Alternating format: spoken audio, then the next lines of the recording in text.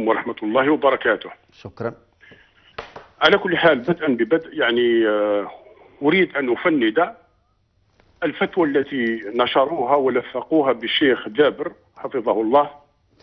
هذه الفتوى لا أساس لها من الصحة، بحكم أني البارحة اتصلت بالشيخ وقلت له: يا شيخ، هل فعلا لك فتوى تقول بوجوب الانتخابات؟ أي شيخ يا أبو براء؟ الشيخ أبو بكر جابر الجزائري. أيوة تفضل. شكرا. طيب نعم. أبو عبيد. فوسائل الإعلام الجزائرية تستعمل الفتوى الشرعية والفتوى الدينية، ولا أعتقد أن إمام يحترم نفسه قرأ الشريعة الإسلامية وعلم أحكام الله عز وجل ما يتعلق بالحلال والحرام وما يجوز وما لا يجوز، يفتي بجواز أن تنتخب لهؤلاء المشرعين الذين يشرعون أحكام أصلا تضاهي الشريعة وتخالف الشريعة في أصولها وفروعها.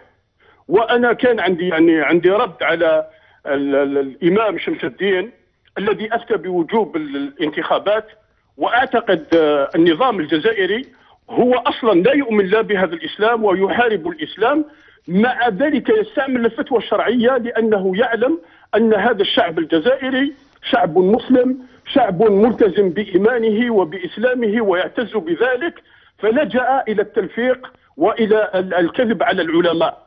وأنا سبحان الله سجلت المكالمة مع الشيخ جابر يعني، وبإمكانكم أن تطلعوا على ذلك.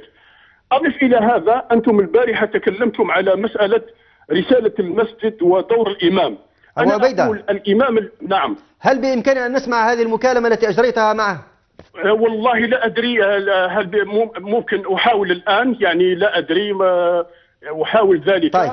طيب إذن في المرة المقبلة إن شاء الله نريد أن نسمع هذه المكالمة، لأن الكثير من الجزائريين يقولون أبو بكر جابر الجزائري أفتى من السعودية وهو يعني بعيد كل البعد عن الأوضاع في الجزائر، وهو الآن صار شيخا كبيرا، فكيف به يصدر مثل هذه الفتوى؟ يعني كانت هناك شكوك من قبل أصلا.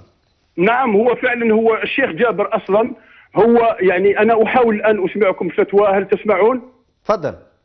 أنا الآن هل تسمعون؟ لا. هل تسمع شيء؟ لا.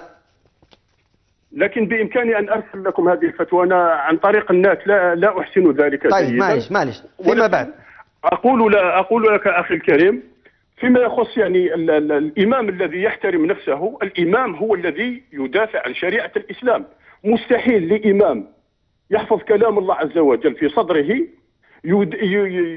يجيز ويأمر الناس أن ينتخبوا ناس يشرعون ما يضاهي الشريعة ويخالف الشريعة.